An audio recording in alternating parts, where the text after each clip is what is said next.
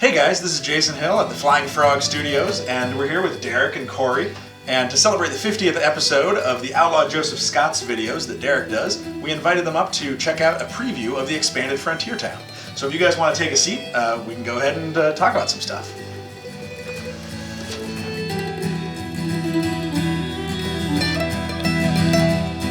Alright, so the expanded Frontier Town actually got a lot bigger than it originally started out as, and we just kept adding more and more cool stuff as more ideas came up.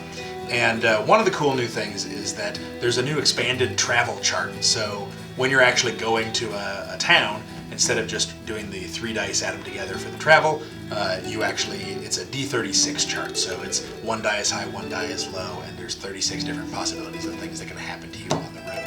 And one of the reasons for that is because there's now actually 3 different sizes of town you can visit. You can visit a small town that has just 4 locations. You can visit a medium-sized town that has 6 locations. Or you can visit a large town that actually has 8 locations. And it's kind of cool because you can see each of these spots is basically an empty building slot. And then there's a stack of these counters that represent each of the different locations in town. And so there's counters for each of the original 6 locations, and then counters for each of the 6 new locations. And so when you arrive in a town, say you're going to this small town here, you would just shuffle these up and say, okay, well, what kind of buildings do we have in town? We have this one here is the Smuggler's Den, the Doc's Office, the Saloon, and the Sheriff's Office. So clearly this is a very confused town because they've got a Smuggler's Den operating right under the nose of the Sheriff's Office. But it's kind of cool because that way you never know what buildings you're going to get and what kind of arrangement you're going to have. You can't necessarily count on particular buildings that are going to be in town at any given time. It also gives you a reason to want to go to some of the bigger towns, Obviously a small town is going to give you fewer options than if you go to a medium-sized town or a large town.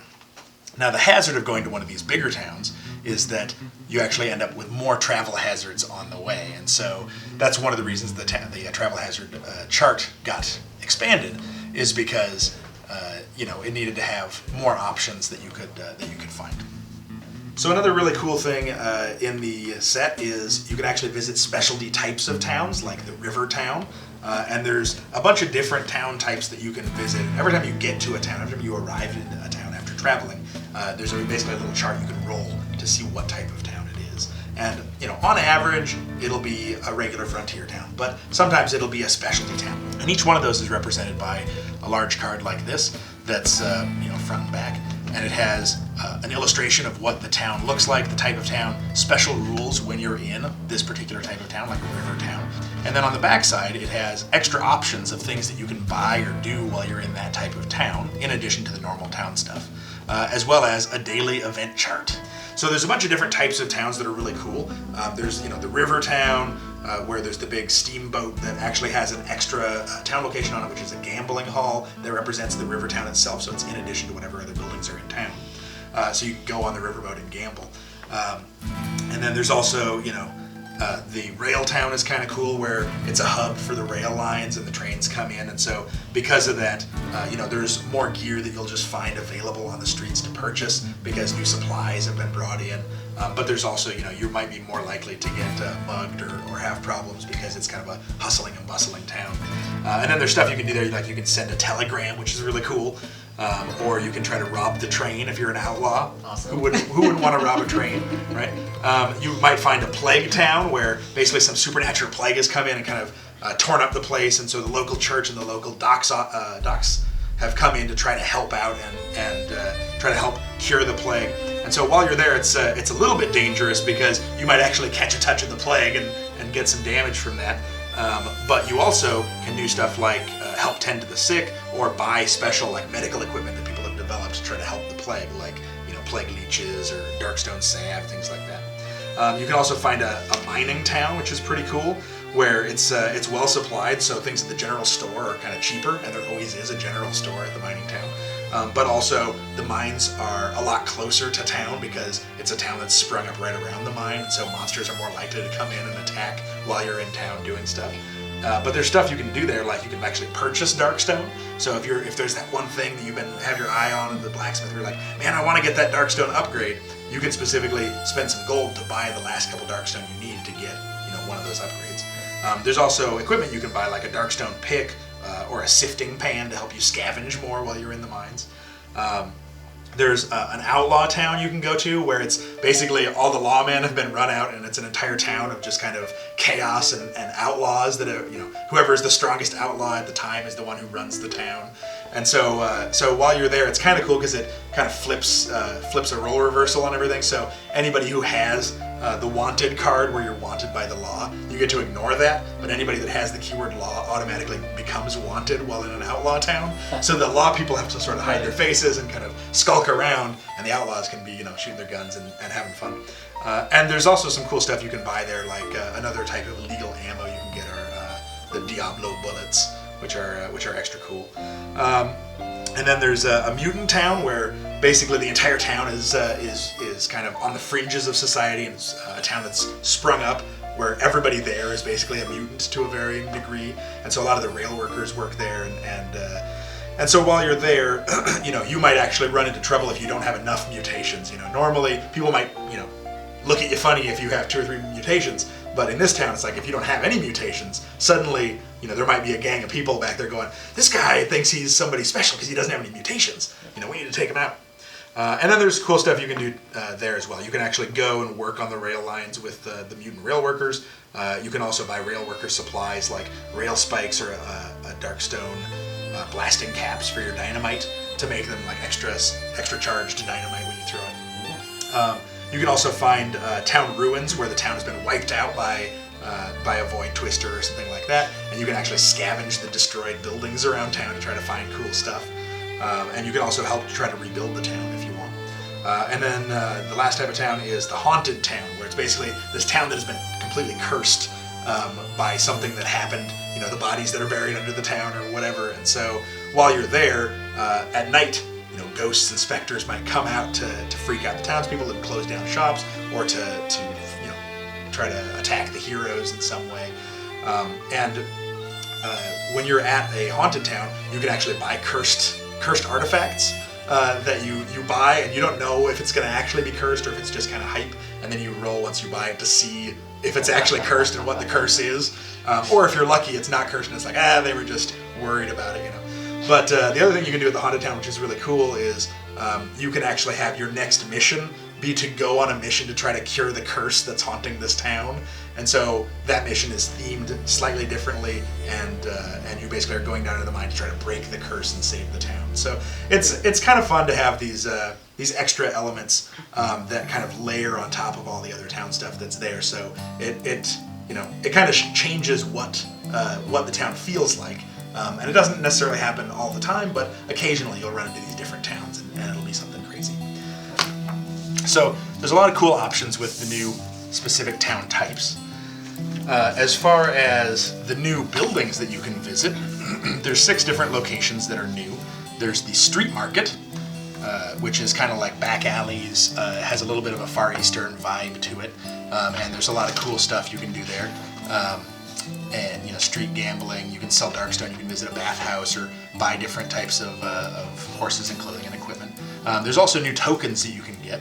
Like you can see here, there's rare spices or Far Eastern potions, exotic herbs, refined lantern oil. And each of those is a new side bag token that goes into your side bag and gives you some little bonus, kind of like bandages or whiskey, but with a cool new spin on things. There's also the Smuggler's Den, which is like the sort of illicit back alley den of the smugglers in town. And so if you're an outlaw, you can actually do a lot more stuff there. But there's things that anybody can do by going there. You can get illegal ammo. If you're not an outlaw, you can get the Down a Dark Road, where you can pay $500 and sort of get inducted into being an outlaw. So you get the keyword. And then there's things that you can do if you are an outlaw, like you can join a bank heist or rustle cattle. You can buy new outlaw-only type items and equipment. Oh, the outlaw pistol. So there's a lot of cool stuff in there. I'm missing one of those. Yep. So then you can also visit the antithesis of what your outlaw might want to go to is the sheriff's office, and that's actually a place where if you're an outlaw, you're not allowed inside, but you can go inside just long enough to pay off your warrants. So you can actually try to not become not wanted anymore if you are so inclined. You can also get wanted posters or a sheriff's bounty, and then there's a bunch of things you can do if you're keyword law, and if you're not keyword law, you can actually become deputized, temporarily getting the keyword law. But that's got a lot of cool stuff in there too. You can also do things like interrogate a prisoner, or you can join a manhunt or escort a prisoner transfer, things like that if you are law. There's also the Indian trading post, where you can actually have a spirit cleansing from one of the local shamans and try to get rid of madness or curses or mutations. You can also go and have a free vision quest, where you can determine your spirit animal, and then that gives you a particular bonus from mission to mission if you go back to the Indian trading post to have another vision quest with your animal. And each of these different animals that are optional as part of your vision quest, you basically get assigned one animal randomly, and then that is your animal forever. And so every time you go have a vision quest, it gives you the bonus of that animal. And they're all sort of loosely based on actual Native American ideas of what those animals bring to the table as far as being a spirit guide. And then there's other things you can do, like getting specialty bows and arrows, and different things like throwing hatchets or another new side bag token. A lot of cool stuff at the Indian trading post. And then we have the Mutant Quarter, which is pretty cool. It's basically like the corner of town where most of the mutants live, and the rail worker mutants and things like that. And you can buy things a little cheaper there, but it's also a little bit more dangerous, especially if you don't have mutations. And you can also go visit a mutant surgeon, or meet up with mutant revolutionaries or a mutant prophet of some sort. At the Mutant Quarter, there's kind of a cool thing where there actually are items where they require 3 hands. So you actually have to have something that gives you an extra hand, like a mutation. And then there's also this Void Child pistol, which can only be used if you have the Child of the Void mutation, so the little person growing out of you. And it's basically a free attack extra pistol that you basically give the little Child of the Void a little pistol so he can pop out and shoot. Nice. That's Greg would be all over that. that's That's awesome. And then last but not least, we have the Gambling Hall, which is pretty cool. It's basically a little bit like the saloon, but it's completely dedicated to a few new kind of gambling mini games that you can do. You can also get some new items like fine cigars and whatnot as a token. So here you can actually do a 5-card draw poker, Brimstone Craps, or the Devil's Wheel, which is a cool new mini game that is a little bit more involved, but pretty fun.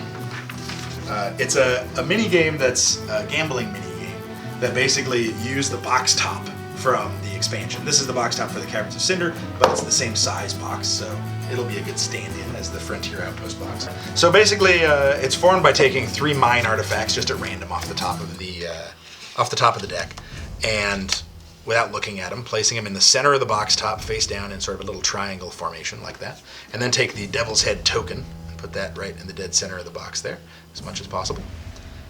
And that basically sets up the board for the Devil's Wheel. So to play around, you take 3 dice, and you roll those into the box, and the only stipulation is that all 3 dice have to hit one wall of the box and bounce off. All right? So the goal is you're trying to get the dice to land on these cards, or even better, on the Devil's Head token itself. All right? So you basically roll the 3 dice, and then you get 2 additional rolls to pick up any number of the dice and roll them again. They still have to bounce off the wall. But basically you're trying to get as many as possible to land on the cards or on the token. okay. All right, so the first roll for this round of gambling. All right, so this one landed on, these 2 didn't, so for the second roll you probably want to re-roll the 2 that did not make it on. And if you hit this one that did make it, it's going to bounce it away. And if it bounces off it... You only count the points at the end of all 3 rolls. Got it. All right, so this one's touching. You basically, the way it works is you get the points as shown on the dice for any die that's touching the cards or token, and if it's fully on the cards or token, you get double the number of pips. So this one right now is worth 8. This one is worth 5 because it's touching, but it's not fully on. So for the third and final roll, you obviously want to reroll this one. Sure. But you have the choice. Do you want to keep the 5 points for this one that's partially on, or do you want to reroll it and hope to get more points out of it? I think I want to keep it. You want to keep it. All right, so final roll. Let's see. Kind of awkward angle. Actually, you know what?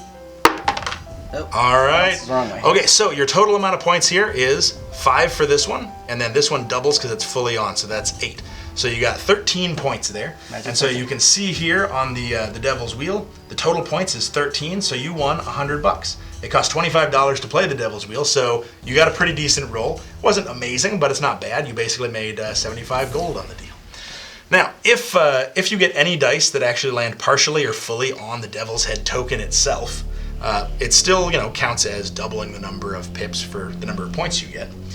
But after you're done totaling your points and getting your gold for your winnings, it gives you an additional option to say, do you want to push your luck and use any of the dice that landed on the Devil's Head token to go for a Devil's Head jackpot?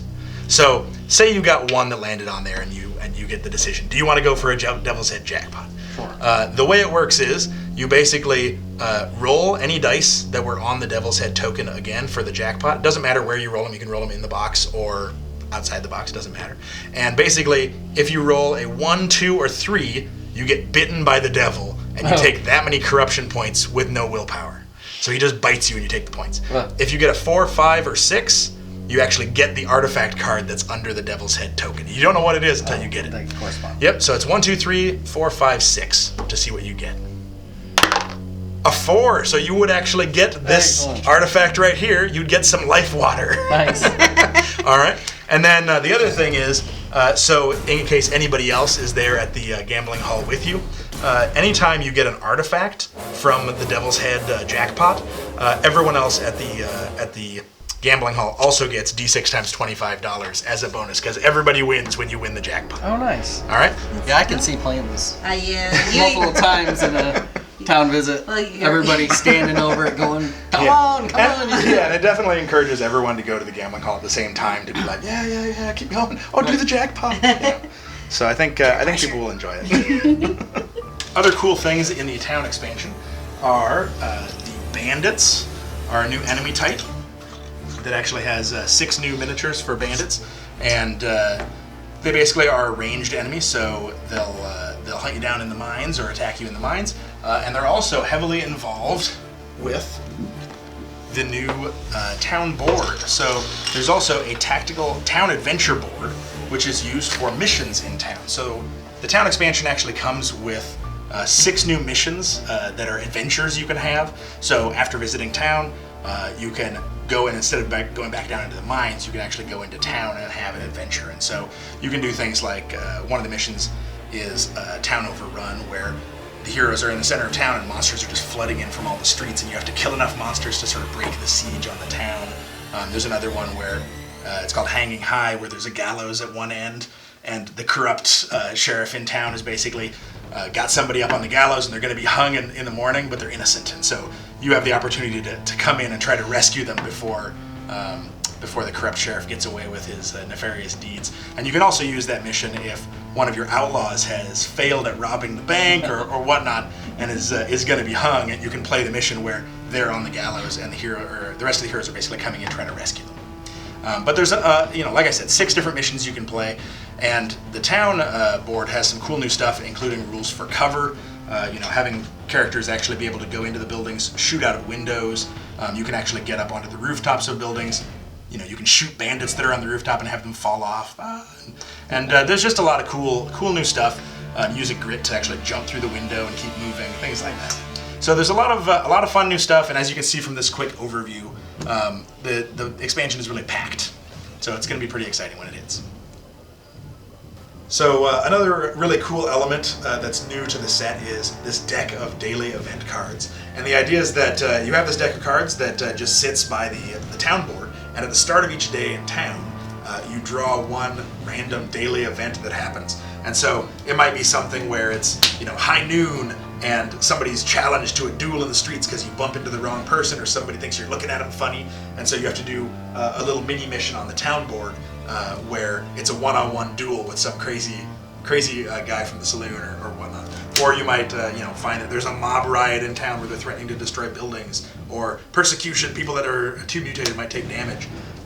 Market prices are up, market prices are down, things like that. So it's kind of cool because it makes every day have a little extra event that something happens in town. And some of them are relatively minor. One of the ones that comes up relatively frequently is Just Another Day on the Frontier, which is no effect. However, if you happen to already be in a specialty town type, like say the River Town, then whenever you draw the Just Another Day on the Frontier, it's not just another day. You roll once on the daily event chart for that type of town. And so it has a special effect. So whenever you're in a specialty town, basically it's always exciting. Life is always exciting. Something is always happening. So even if it would be just another day, it's actually, somebody falls overboard, or there's a famous gambler in town, or maybe there's something in the water and a kraken comes up and tries to pull the riverboat under, or something like that.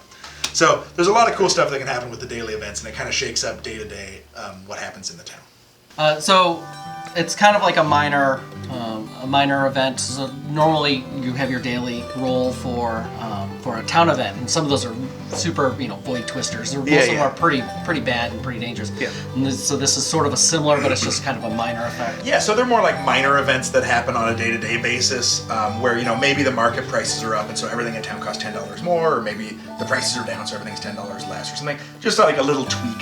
So it's like, things are on sale. I better get something cool today. Whereas the rolling for a hazard at the end of each day in town are kind of big town hazards where it might wipe out the town or destroy a building or something crazy might happen. Usually the daily events are, maybe sometimes good, sometimes bad, but they're kind of a minor effect that'll have on the game. Yeah, no, that's really great. I like it a lot. All right, well, thank you guys for coming up and checking stuff out and celebrating, your 50th episode, and also seeing all the cool new stuff for the town that we've been working on. Okay, well, thank you for having us. It's a very pleasant surprise, and everything just looks awesome and looks really great, really well done. So thank you. Very cool. It all looks really amazing. Everything looks awesome. Thank you for coming. Thank you for having me.